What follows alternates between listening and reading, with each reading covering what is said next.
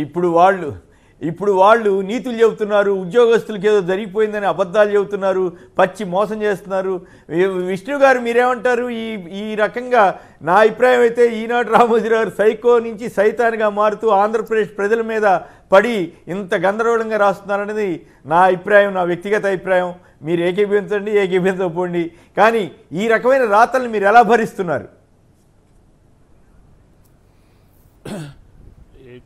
ఏకీపించుకోవడం ఏం లేదు సార్. అందులో ప్రతిరోజు కూడా గత కొంతకాలంగా మనం పత్రిక చూసిన తర్వాత వాస్తవాలు అవాస్తవాలు ఏ విధంగా ఉన్నాయి అనేది మనకి స్పష్టంగా అర్థమైపోతుంది. ఇప్పుడు ఈ టైటిలింగ్ యాక్ట్ గురించి లేకపోతే ఇతర విషయాల గురించి జనాల్ని తప్పుదోవ పట్టిస్తా ఉన్నారు.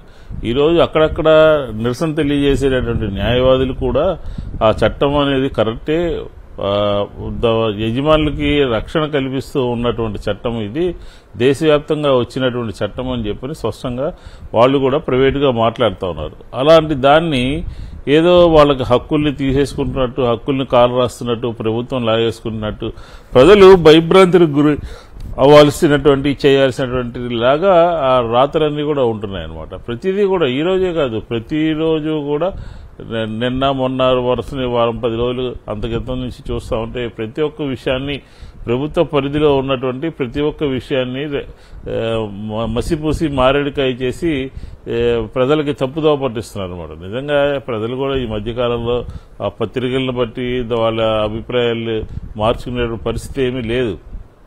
ఎందుకంటున్నానంటే మీరు మాట్లాడినటువంటి మాట ఖచ్చితంగా సూటబుల్ అనమాట.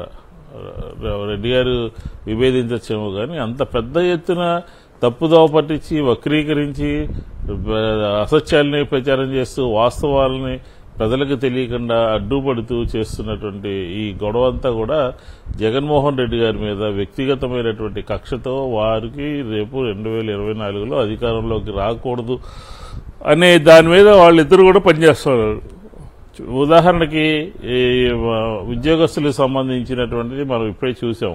వాళ్ళ పట్ల ఆ 2 పత్రికలకి ఉన్నటువంటి అభిప్రాయము, లేకపోతే చంద్రబాబు నాయుడు గారికి ఉన్నటువంటి అభిప్రాయం ఏంటనేది మనం స్పష్టంగా చూసాం మనం. కానీ ఇప్పుడు ఏం రాస్తున్నారు? ఇప్పుడు వాళ్ళ పట్ల ప్రేమ కురిపించేస్తూ ప్రభుత్వం ఏమీ చేయట్లేదని, జరుగుతున్నది ఒకటైతే ఇంకొకటి ప్రజలకి తెలియజేసే విధంగా రకరకాలుగా కొత్త కొత్త కథలన్నీ కూడా తీసుకొచ్చి ప్రచురిస్తున్నారు. కాబట్టి పత్రికల్లో ఆ 2 పత్రికల్లో అని చెప్పని రాజశేఖర గారు ఎందుకు అన్నారంటే ఆ రోజే దీని నైజం తెలిసి బయటపెట్టి ఈ 2 పత్రికలు ఇది కుల అహంకారంతోనో లేకపోతే పెత్తందారీతనంతోనో లేకపోతే మన మీద ఉన్నటువంటి ద్వేషంతోనో ఈ 2 కూడా ఒక రకమైనటువంటి లైన్కి వచ్చేసాయి. కాబట్టి వీటితో ఇంకా అనవసరం, వారి నైజాన్ని బయట పెట్టాల్సినటువంటి అవసరం ఉంది అని చెప్పని ఆ రోజే ఆ 2 పత్రికలు అని చెప్పని ప్రజలకు చెప్పడం జరిగింది. అది ఇప్పుడు కూడా కంటిన్యూ అవుతుంది.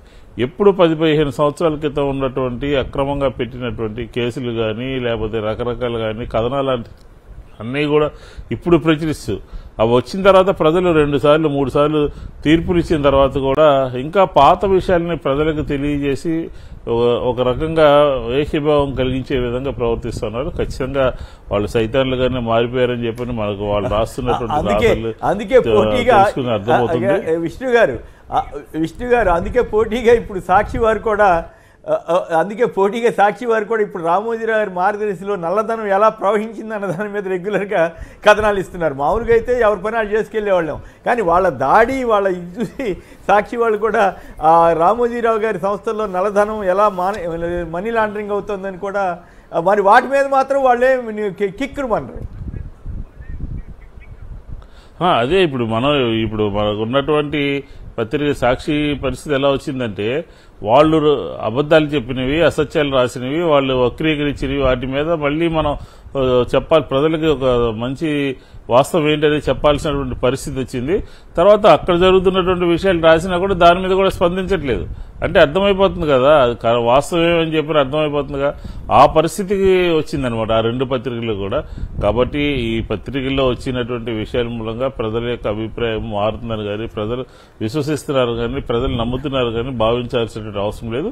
ఇదే విషయం, ఇది ఈ రకంగానే ఆ 2 పత్రికలు చేస్తున్నటువంటి యాగిని మనం ప్రజలకి చెప్పాల్సినటువంటి అవసరం ఉంది. ఈ 2 నెలలు మాత్రం ఖచ్చితంగా ఇంకా విపరీతమైనటువంటి దాడితో ముందుకు వచ్చేటటువంటి పరిస్థితి అయితే మనకు కనబడుతుంది. ప్రజలందరూ కూడా అప్రమత్తంగా ఉండాల్సినటువంటి అవసరం ఉంది. ఆ వార్తల్ని మంచి ఏంటో చెడు ఏంటో తెలుసుకోవాల్సిన అవసరం కూడా ఉన్నది అని చెప్పి చెప్తాను.